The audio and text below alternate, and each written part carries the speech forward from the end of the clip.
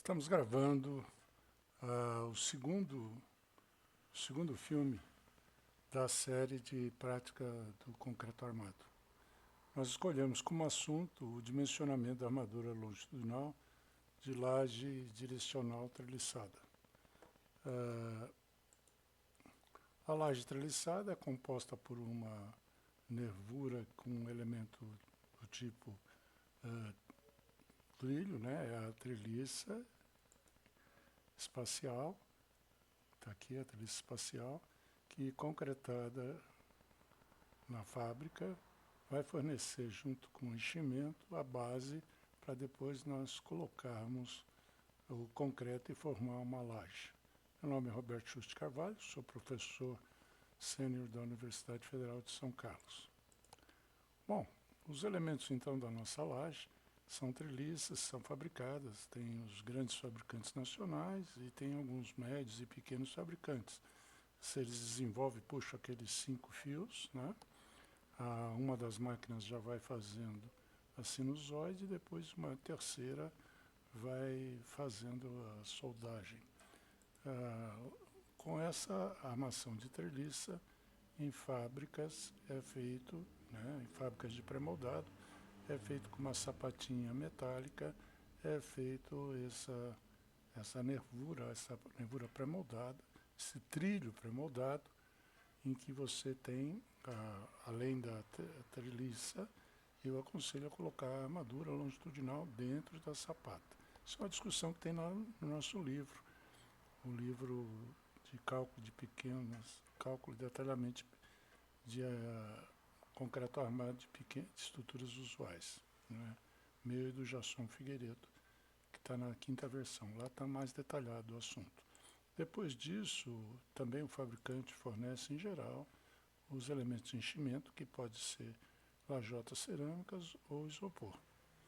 Você compondo, então, os trilhos com as lajotas, você tem essa questão aqui, essa montagem aqui, e após isso é só completar aqui com a seção transversal, completar fazendo a capa. É claro que para fazer tudo isso é preciso fazer escoramento, né?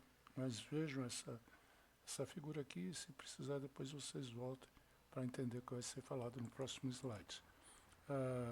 Essa solução é muito interessante para o uso de residências individuais, né, em que aparecem as seguintes vantagens.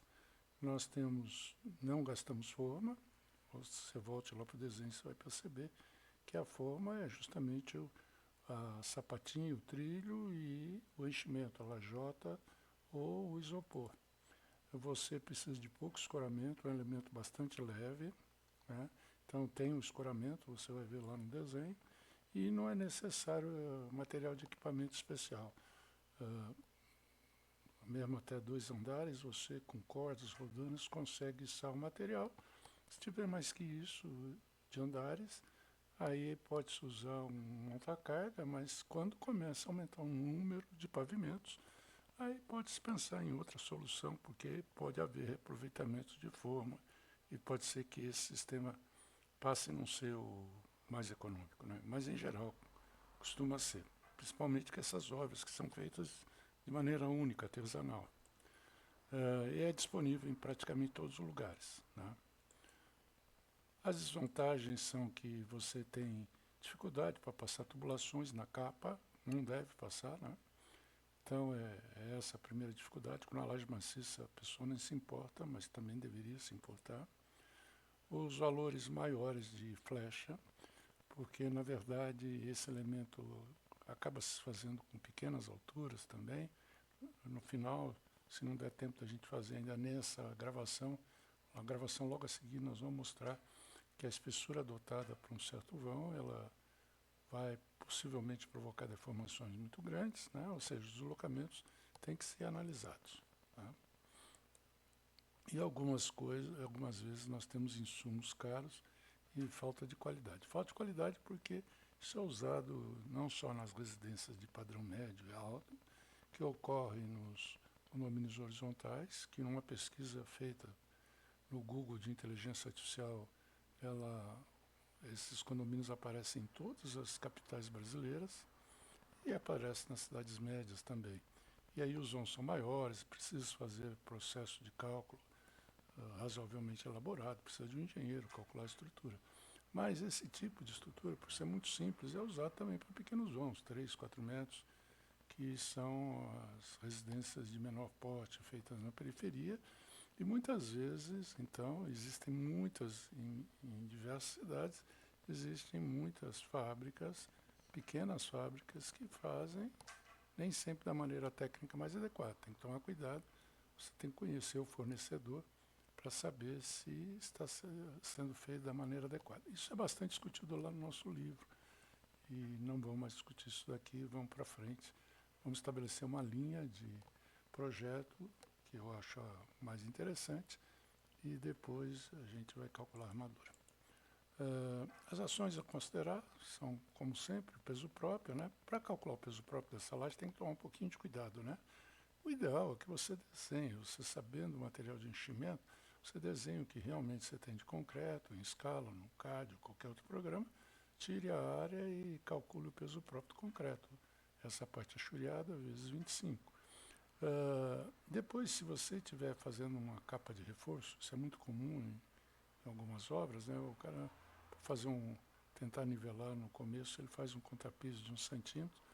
Então, é bom considerar, porque se for mesmo de concreto, ele vai aderir e vai dar uma inércia muito maior, né? Bom, e também pesa, né? Além disso, então, como peso próprio, né, nós temos que considerar o isopor e a lajota. Os valores indicativos para eles, se você não tiver você pode usar os do fabricante, mas eu aconselho sempre verificar. Como indicativos, a gente pode colocar a lajota cerâmica 750 kg força por metro cúbico, que aqui é massa, é quilograma mesmo, e as lajotas TPS bem menos, 18 kg. Mas é bom conferir, checar e calcular. Se você faz muito desse tipo de cálculo, é importante você ter até no seu escritório lajotas dessa armazenadas da sua região, né? E o isopor é sempre bom checar, embora ele pese tão pouco, se você não considerar no cálculo, há uma diferença muito pequena de ação. Bom, essa é a parte de peso próprio, né? Ainda temos o peso próprio complementar, né? Que pode estar ou não atuando, né? Ou fica a maior parte do tempo, mas seria o G2, não é o estrutural, né? Na verdade, o isopor e a lajota também não são estruturais, mas a gente misturou porque é comum a gente fazer junto com o G1. No G2, então, nós vamos considerar o revestimento superior, azulejo, piso de madeira, etc., e o revestimento inferior, que é comum se fazer também. E aí eu recomendo o uso da tabela 61 de 2019, caso você não tenha o peso do material que você vai usar, se é pisos, algum acabamento cerâmico, ou se for, sei lá, granito ou madeira, enfim, você de qualquer maneira tem na tabela 1 lá da norma brasileira 6120 de 2019, peso específico. Você tendo a espessura, você calcula. Nós vamos fazer mais ou menos isso no exercício. Está faltando só a carga variável. Essa carga variável, para o caso de obras usuais, residências, mesmo obras comerciais, ou até mesmo obras que não são desses dois tipos, que são obras industriais, se não for muito especial, nós temos a carga variável definida na tabela 10 dessa norma 6120 de 2019. Então aí como é que se calcula as ações que vão interferir na nossa laje. Muito bem. Quanto ao comportamento, por norma, né, primeiro ela define a norma 6118, que as lajes nevuradas são lajes moldadas no local, com nevuras pré-moldadas, né? Na verdade, nós estamos querendo falar da laje treliçada, então ela é pré-moldada, em que a sapata é feita antes, né? Cuja zona de extração para momentos positivos está localizado nas nevuras, né? Então os elementos, o material inerte é colocado entre essas nevuras, para aliviar o peso e trabalhar só como forma. E aí vem uma definição importante que é simplificadora. Nós não considerávamos isso lá na nossa versão, até no nosso livro, até a edição 4. A partir da edição 5 nós nos rendemos e vamos colocar aí com a norma. A norma diz o seguinte, que as lajes nevuradas unidirecionais devem ser calculadas segundo a direção das nevuras, desprezada a rigidez transversal e a rigidez da torção e o efeito da capa. Ou seja, é como se a capa não estivesse unindo uma nervura com a que está ao lado dela. Nós fizemos alguns ensaios teóricos, fizemos modelagem e mostramos que existe, obviamente. Se vai uma laje de 20 centímetros, uma capa de 5, essa capa, de certa maneira, influencia a distribuição de cargas. Mas, enfim, isso nós abandonamos na quinta edição e a norma está falando que, para efeito de simplificação, você deve fazer isso. As últimas duas coisas que nós vamos falar, em termos de norma, é que a mesa, né, quando não tiver tubulação, tem que ser no mínimo 4 centímetros. Mesa é todo aquele concreto verde, as figuras lá para trás, que está a simbologia, é tudo aquilo que vem a partir do elemento de enchimento, né? Então, aquela espessura não pode ser menor que 4 centímetros, nem 1/15 da distância entre as faces das nevuras. Esse valor pode ser de 5, se existir tubulação embutida de 1 centímetro. Bom, mas é aquela história, eu acho que não deve nunca colocar tubulações na capa. Lá no livro tem mais considerações a esse respeito. Aqui, já tirando do livro, né? Então, baseado na norma, quando você vai calcular uma laje treliçada, você vai apoiá-la em vigas. Então está aqui o desenho, esquematicamente, né? Já fechando assim, concretando a laje, ela ficaria dessa maneira. Essas linhas estão representando exatamente o quanto tem aqui embaixo. Tem um trilho, né? Entre um trilho e outro está me dando intereixo, né? E aqui as vigas que vão ser apoiadas nos pilares, né? Para efeito de cálculo, nós, quando trabalhamos com os programas comerciais brasileiros, TQS, o EBERC, mesmo o CIPECAT, que é estrangeiro, você vai considerar barras. Para cada elemento desse, para cada trilho, você tem uma barra. Então está aqui uma barra aqui, outra barra aqui. Para as vigas, você também vai considerar uma barra. A diferença são as rijezas, né? Lá no nosso volume 4 a gente fazia uma outra distinção, mas aqui não é feita. Nos programas, e de acordo com essa nova orientação da norma, simplesmente são barras que estão levando em conta só o efeito da nervura trabalhando na direção longitudinal. E considera simplesmente apoiado. Os programas consideram simplesmente apoiado. A maioria dos calculistas também o fazem assim. Lá no livro a gente mostra lá que é possível considerar alguma continuidade, mas não vamos discutir isso aqui agora. Então, na verdade, quando você calcula na mão, você pode considerar um elemento desse simplesmente apoiado, né? Assim, bem simples, né? E, finalmente, deixa eu só dar uma paradinha aqui. Não, vamos continuar. Eu pensei que dava tempo de colocar aqui um desenho, mas não dá. É só... quando você calcula na mão, você vai pegar uma nervura dessa onde estou passando o mouse e vai apoiar na viga. E a viga vai ser indeslocável. Aí você calcula o momento. Esse momento, se for simplesmente apoiado, e lá no programa também o é, vai dar a mesma coisa. O momento vai dar a mesma coisa. A diferença é que no programa do SPECAD, TQS, do EBERIC, como ele vai deformar essa viga aqui, vai deformar essa viga aqui, elas são deformáveis pouco, mas são pouco em presença da laje, o momento vai dar a mesma coisa, o que vai dar diferente é a flecha, né? Então, dá para fazer o cálculo manual. Você pode fazer o cálculo manual, rodar lá no TQS, rodar no EBERIC e verificar que o momento da sua nervura é igual a deles, né? Eles não vão fazer diferença, a menos que tenha lá um default que considera o momento negativo mínimo. Aqui, nessa ligação, você roda o elemento retangular, que não tem apoio nas lajes, né? Como o exemplo que nós vamos fazer mais adiante. Vocês vão ver que tanto faz calcular na mão e usar o programa. Você não precisa rodar todo o programa para ter tudo aquilo.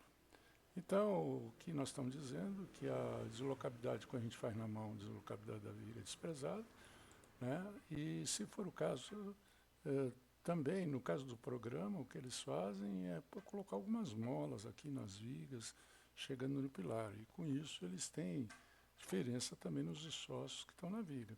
As vigas nossas, calculadas na mão, com os carregamentos oriundos da laje, vão dar um pouquinho diferente, porque eles colocam molas aqui e colocam a ligação da viga lateral, aqui, essa viga aqui que a gente está vendo, por exemplo, e com esse pilar coloca uma mola aqui entre eles. Tá?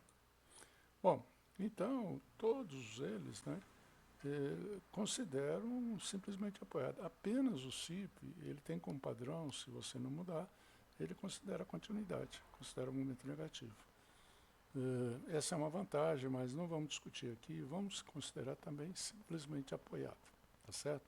Quem quiser, veja o livro e veja outros filmes gravados por nós. As armaduras construtivas, ainda estamos nessa fase de... deve ser colocada a armadura de distribuição posicionada na capa, isso aqui para evitar a fissuração da capa, que é muito fina, né, quando está sendo concretada, principalmente, né, na direção transversal longitudinal. Recomenda-se usar a tela, né, mas tem uma armadura a ser colocada, um valor de armadura que está aí, e tem que ser mantido isso aí, né, imposição da norma. Não fala quanto à colocação. O ideal, talvez, se fizesse continuidade, é colocar junto a superfície superior. Mas, como você não vai considerar continuidade, não tem problema, coloca lá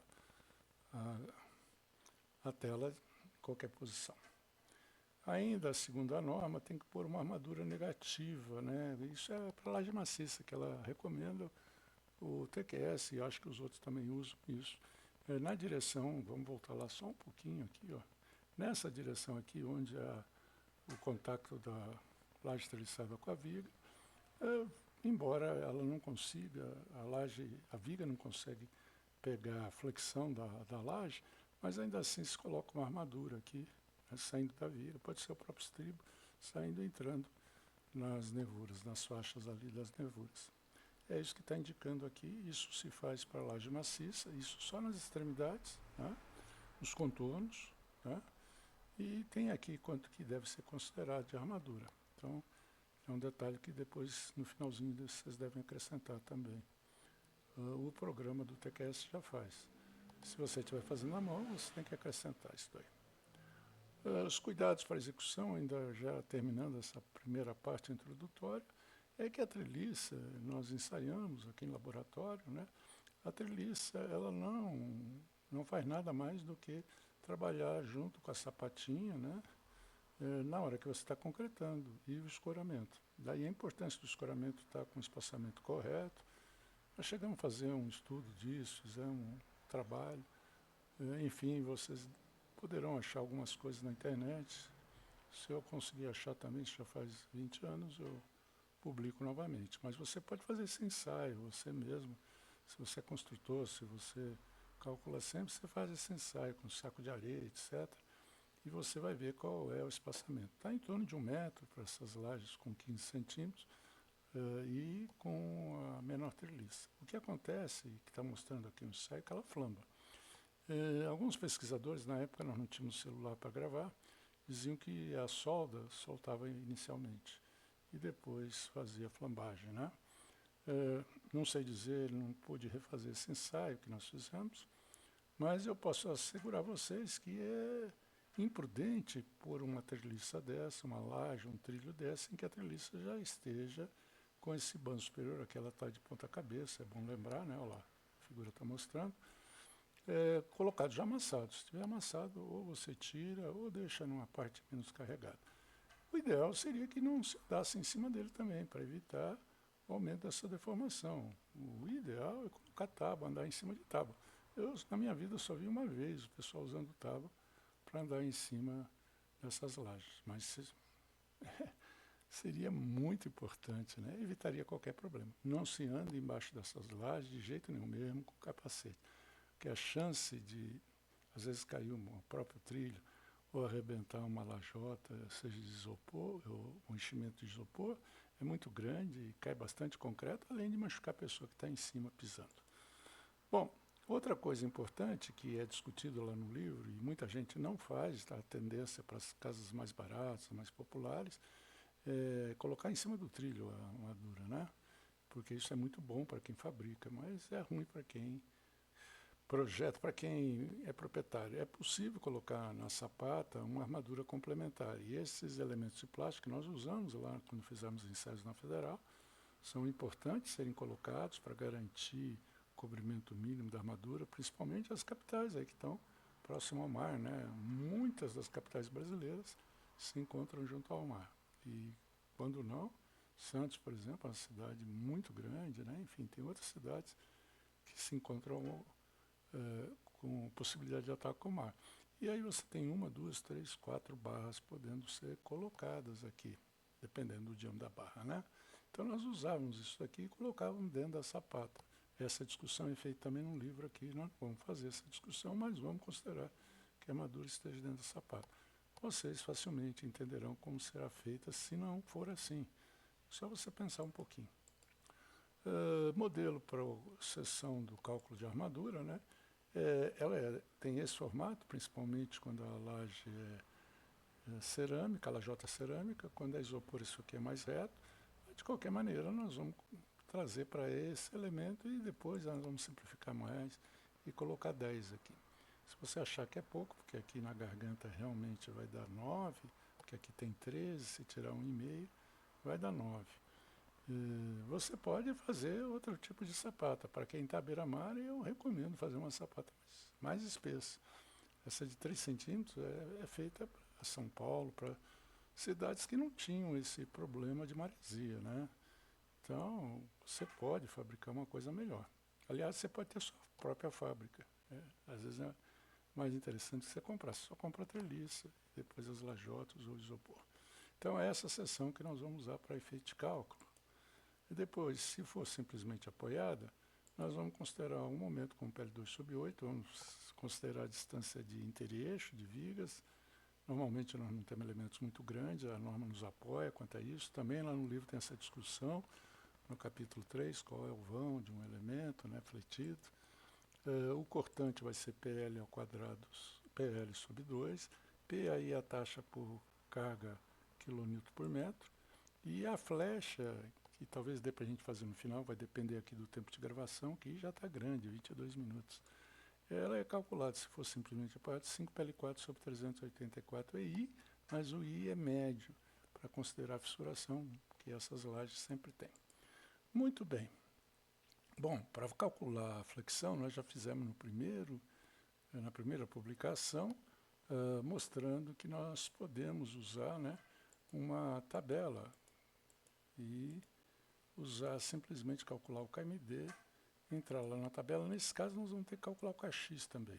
Viu? O Kx é o x sobre d. Nós temos o KMD, Kx, porque o x tem que dar em cima da linha neutra, porque só vai ser retangular se a linha neutra cortar a mesa. E aqui está a tabela. No cisalhamento, para esse tipo de elemento, tem essa fórmula que é empírica, não tem introdução. Ela depende desses fatores aí, e esses fatores estão elencados aqui, tá? O RD é 0,25 de FCTD, e o FCTD é FCTK inferior, que, por sua vez, pode ser tomado como 0,7 de FCTKM, que é 0,3 de FCK 2/3. Podíamos jogar tudo nessa fórmula daqui, né? A taxa de armadura influencia aí com a taxa dividida pela BWD, desde que não ultrapasse 0,02. D é a altura útil, BW é a soma das larguras do nervo. Na verdade, nós vamos fazer para uma nervura, aqueles 10 centímetros. Isso aqui serve para outros tipos de laje, por isso que está dessa maneira. E isso só vale se o elemento, você levar 50% da armadura longitudinal até o apoio, você vai fazer o K igual a 1. Caso contrário, você vai fazer uma interpolação. A gente sempre leva, nesse caso de laje estressada, a gente sempre leva. Nas lajes nervuradas, a maioria das vezes que eu fiz também eu levei, mas enfim, poderia vir outra solução, aí a norma indica. Existe aí uma publicação do José Tênio, isso quando eu dou aula mais completa eu falo sobre isso, mas ele não conseguiu chegar numa participação das lajes das treliças. Teve outro trabalho lá na Federal, também não conseguimos chegar, então a laje treliçada não entra no cisalhamento. Né? A laje treliçada não, desculpe. A armadura treliçada acaba não sendo considerada para fins de cisalhamento. Vamos fazer o exercício, então. Estamos com 25 minutos. vai ficar um pouco maior isso aqui. Nós temos uma garagem, né, com uma planta esquemática, e na verdade uma perspectiva esquemática. Em cima vai ter um terraço, que é a cobertura de uma garagem, de um edifício residencial, de uma casa, por exemplo, né? E eu quero saber, no relativo ao papel, aonde que eu jogaria as nevuras, na direção horizontal ou na vertical. As cotas aqui entre face de parede, 5 e 5,75. E temos aqui definido como 25 a espessura da parede. E vamos, obviamente, depois considerar os 5,25 e 6 metros aqui. Bom, então isso a gente não precisa fazer teoria. Vamos lá para a resolução.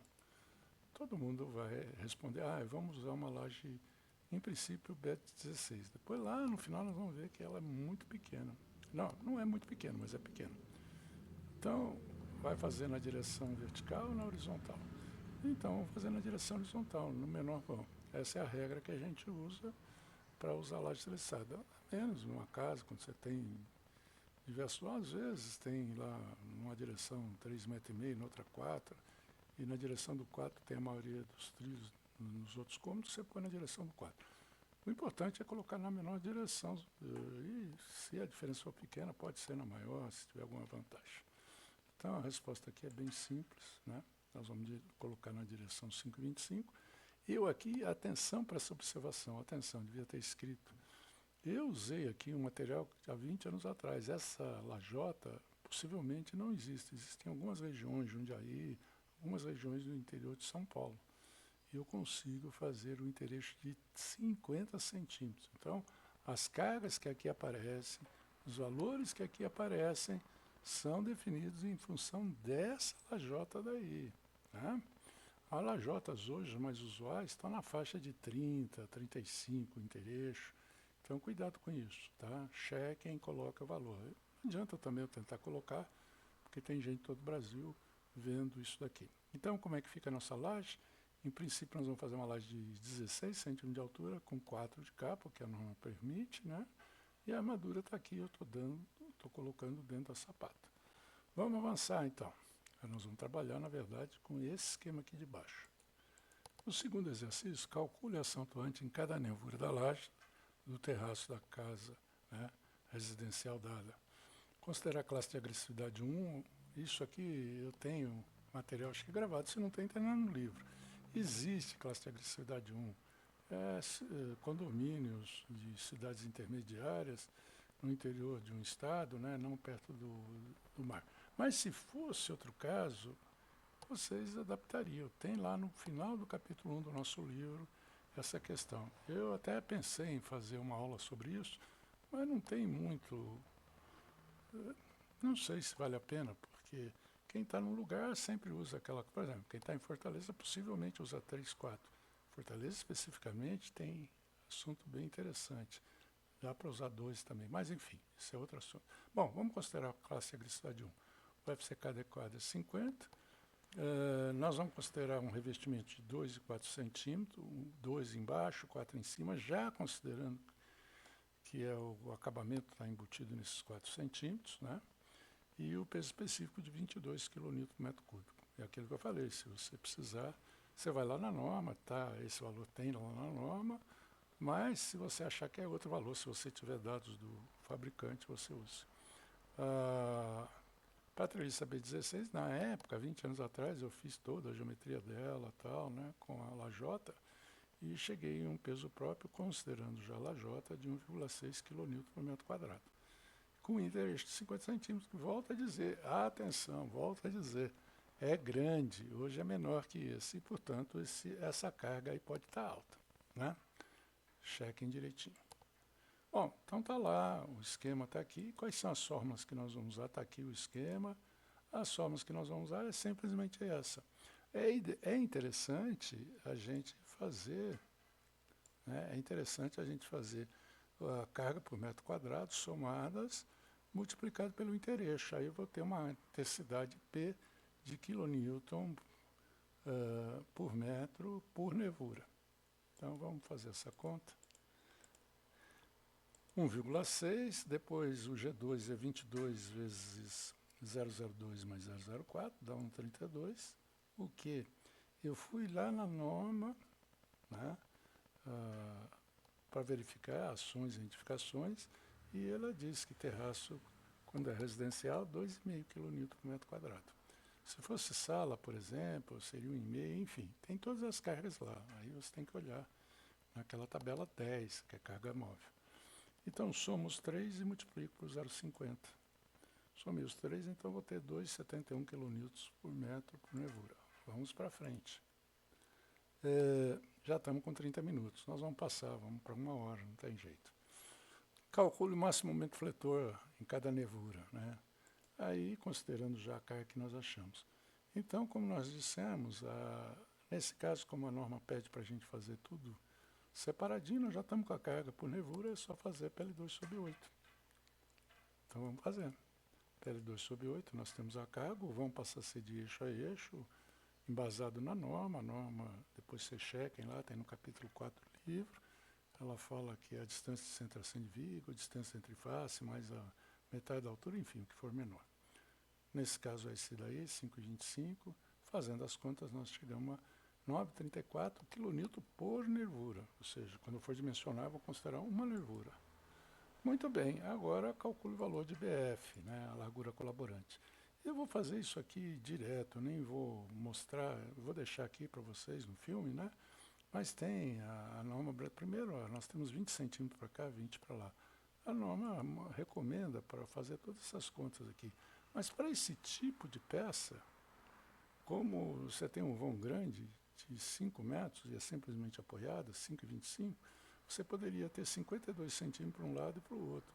Como já tem 20 aqui, claro que você vai colocar 20, você não pode colocar 52. Então, direto já, embora aqui esteja tudo feitinho, certo, a largura colaborante vai ser 50. Então, vocês podem tomar isso como base, né? Quando você tem um vão grande e tal, você não, teoricamente você não precisaria fazer, mas faça para ficar no memorial de cálculo certinho. Está aí feito tudo certinho. Calcule a armadura agora, considerando uma viga T, né? Ela é T ou não. Se a linha neutra cruzar a mesa aqui, ou seja, se a linha neutra for menor que 4 centímetros, a região comprimida é um retângulo. E aí eu posso usar aquela tabela. Ah, se não for, professor, aí tem que olhar lá o livro. A armadura dupla. A armadura não é a dupla, desculpe. Se a linha neutra corta a alma, nós vamos fazer um cálculo parecido com a armadura dupla. Vamos fazer um cálculo em 2 etapas. Bom, mas vamos fazer as contas aqui, né? Nós temos o D. Como é que ele chegou no D? Ele tirou lá 2 centímetros, tá? E te supôs que a armadura é 1,25. Como não tem estribo, o D é simplesmente tirar o cobrimento e tirar a metade da armadura. 13,3. Está dentro da sapata, considerando dentro da sapata. Então, o KMD eu tenho que calcular, isso está lá na matéria, lá, né? O AS também está lá, é isso daqui. A única coisa aqui que tem que fazer o KX, né? Então, vamos lá. Vamos pensar que é um T e vamos supor que a linha neutra esteja passando na mesa. Então, eu tenho 0,103. Eu vou voltar lá na tabela, devia ter colocado, né? 0,103. Acabei não colocando, né? Aqui, 0,103. 0,103 está aqui, ó, está bem no comecinho. O KX dá 0,048, alguma coisa do tipo, e o KZ dá 0,9945. Vamos ver quanto é que foi considerado lá, mas é só depois voltar. Então vamos lá. 0,103, eu peguei o 105 logo de cima. Dá um KX de 0,1654 e o KZ deu 0,93. Então, primeira coisa, eu tenho que fazer o X. Se o X não passasse, aí isso aqui já não vale mais. Ah, como é que eu faço? Vai lá no livro. Nós não íamos criar aqui um caso desse, senão estaríamos dando aula disso, né? Então, o KX vezes o D deu 2 centímetros. É muito pouco, é pouco mesmo, gente. É isso mesmo. Não precisa mais. Então, quando alguém te oferece uma laje treliçada com 10 centímetros de capa, 12, ou seja, ele te vende uma lajota baixinha, que essa discussão tem lá no livro, ele está jogando o custo para você. Ele está vendendo uma lajota baixa, que é barata, mas está aumentando o custo da tua obra, do teu cliente, se você for só o calculista. Bom, tudo bem. Podemos fazer as contas aqui, fazendo as contas deu 2,42, dá 2 ferros de meia, é uma armadura pesada, mas o vão é grande, né? Para laje teçada, acho que a armadura é pesada. Desconta um pouquinho, lá no livro mostra como é que desconta, considerando a laje, a armadura da treliça. Dá muito pouca diferença. Bom, aí ele pede para calcular o máximo cortante. Nós mostramos lá que é PL sobre 2, né? Já que nós temos a carga. Então, fazendo as contas, deu 7,11. Ok, tranquilo. Próxima etapa, verificar se precisa de armadura transversal. Se precisar de armadura transversal, o melhor, tem duas soluções. Vamos fazer a conta, depois a gente mostra. Nós temos que fazer essa verificação. O VD, né, tem que ser menor que esse valor tirado de uma fórmula empírica, tá certo? Então, nós temos a armadura, nós temos a fórmula aqui, e vamos fazer as contas. Eu multiplico o V característico, ali era característico, 1,4. Tem o VD máximo, não é isso? Já estamos com 35 minutos. Tiramos o valor de K, tiramos a taxa de armadura e finalmente está o RD. Vocês vejam que é tensão de selamento, mas como a gente diz num livro lá, não existe ruptura por selamento concreto, é tração diagonal. Isso aqui é uma fórmula de tração, está lá para trás, depois vocês dêem uma olhada. 276 kN por metro quadrado. Colocando na fórmula, quanto que nós chegamos? 10,33, está bem próximo do 9,96, VD máximo. Então, se não passar, ou se você ficar com medo que está muito próximo, ou você aumenta a altura, né? Não vai usar estribo, aumenta um pouco a altura da sua laje, está com 16, né? Nós vamos ver depois que para passar na flecha vão precisar fazer 20, né? Outra solução é fazer o seguinte, ó, vou entrar aqui e vou mostrar. Aqui, esse cortante só é grande aqui no começo, gente. Então eu tiro a tábua que está aqui, no começo, lá no fim, ou vice-versa, e concreto, faço maciço. Aí o que vai acontecer nessa fórmula aqui? Não é mais o BW de 10 centímetros. Quando eu fizer a fórmula, aqui vai entrar os 50 centímetros. Vai aumentar 5 vezes a resistência. E aí vai passar com folga. Ah, vale a pena? Estou gastando 2 tábuas, né? Essas tábuas vão ser reaproveitáveis. E estou gastando um pouquinho mais de concreto. Acho que é mais barato do que usar, às vezes, uma laje um pouco maior, se fosse só esse o problema. Então tá bom, mas em princípio não precisa, está no limite. Depois, calcula a ação atuante nas vigas do vão de 6 metros, ou seja, quanto é que vai para a viga? Já estamos aproveitando, mostrando como calcula a viga, né? Aí as ações nós temos ações na laje, só que agora eu voltei para trás e peguei as ações por metro quadrado, não peguei por metro linear. Tem uma vantagem de fazer isso.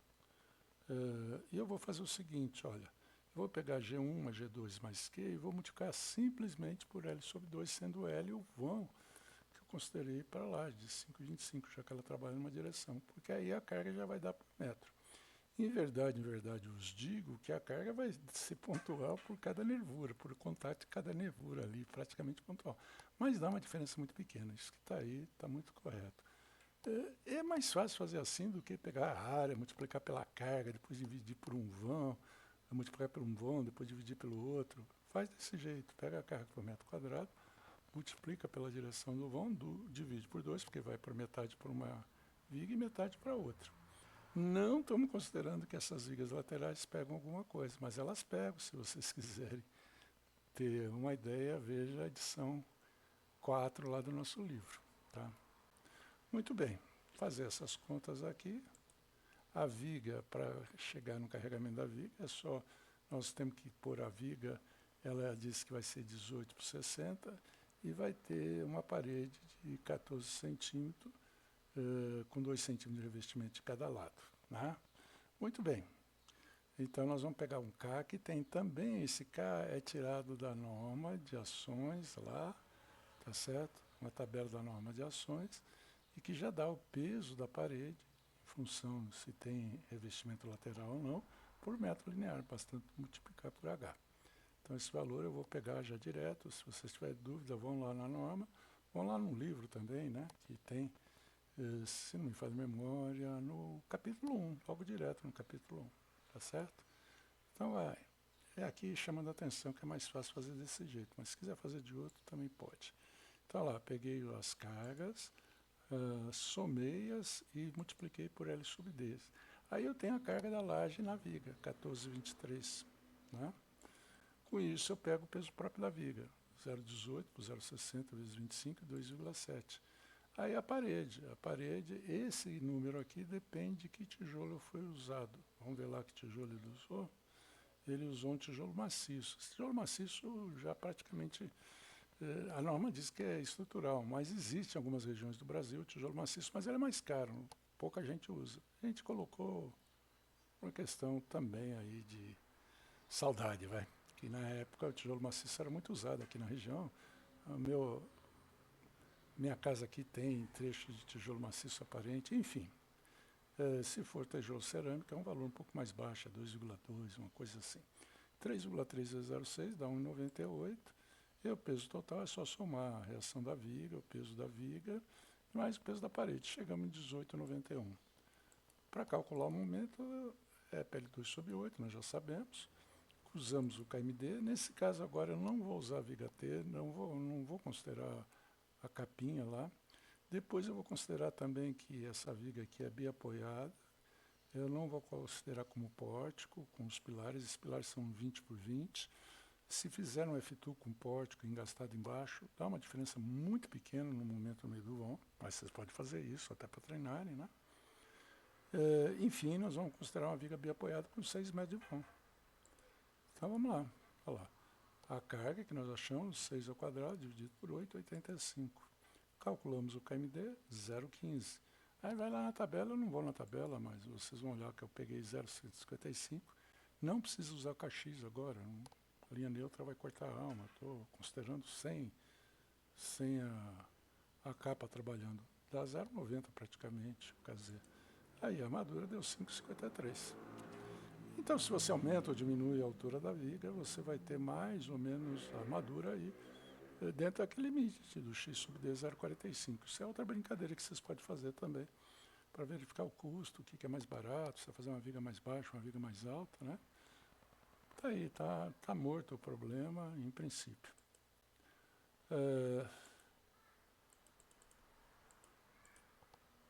Bom, agora nós vamos fazer, nós estamos com 42 minutos. Eu vou fazer a verificação da flecha. Então esse vídeo vai ficar um pouquinho maior. Podia ter deixado para o outro vídeo, né? Deixa eu ver como é que está aqui. Eu vou considerar o outro vídeo, então. Bom, nós vamos parar por aqui e nós teríamos dimensionado a laje. O grande problema é que ao fazer só isso daqui, nós não verificamos a flecha. E a flecha pode passar do limite. Tem duas coisas que podem acontecer em termos de deformação. A flecha passar do limite, fica ruim, fica um aspecto ruim, né? Com a flecha no tempo infinito, quem fica embaixo tem uma sensação horrível, vai empoçar água lá em cima, aí pode percolar na laje. E a segunda situação, que é a verificação da flecha para carga variável, pode mostrar que aquela laje, ao você andar nela, vai vibrar. O melhor ainda é usar um programa de análise dinâmica, né? O TQS, o CPK de TQS tem, o EBERIC tem, o TQS tenho certeza que tem. E mostrar que essa laje vai vibrar, né? É também difícil verificar isso. Bom, eu vou parar por aqui e vamos fazer uma terceira aula, que é verificar a flecha desse elemento aqui, uma continuação disso. Então não perca a terceira aula dessa, que é para mostrar que essa laje aqui, ela não vai romper, mas ela estaria, segundo a norma, segundo os cálculos que a gente faz, mas a gente vai fazer alguns comentários que são importantes, ela estaria com um problema de flecha, tá bom? Então ficamos por aqui com 43 minutos.